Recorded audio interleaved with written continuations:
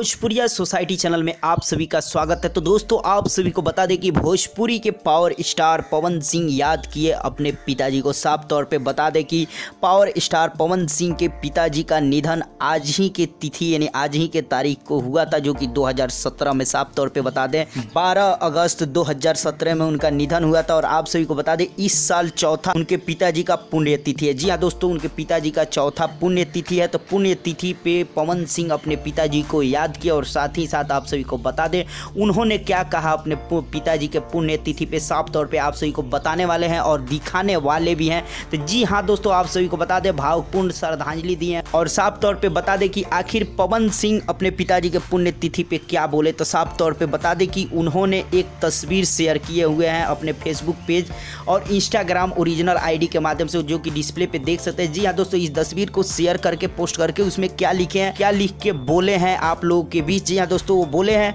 आज मेरे पूजनीय पिताजी का पुण्य तिथि है, भगवान उनकी आत्मा को शांति दें, मिस यू पापा। जी हाँ दोस्तों, ऐसे लास्ट में लिखे हैं मिस यू पापा। और ये भी बता दें कि लास्ट में पवन सिंह रोते हुए जो इमोजी होता है उसको भी लगाए हैं। साफ तौर पे बता दें कि अगर आप लोग देखना चाहते हैं तो देखिए डिस्प्ले पे स्क्रीनशॉट है जो कि पवन सिंह के फेसबुक पेज का। तो साफ तौर पे पवन सिंह इस फोटो के साथ ये कैप्शन में लिख के शेयर किए हैं।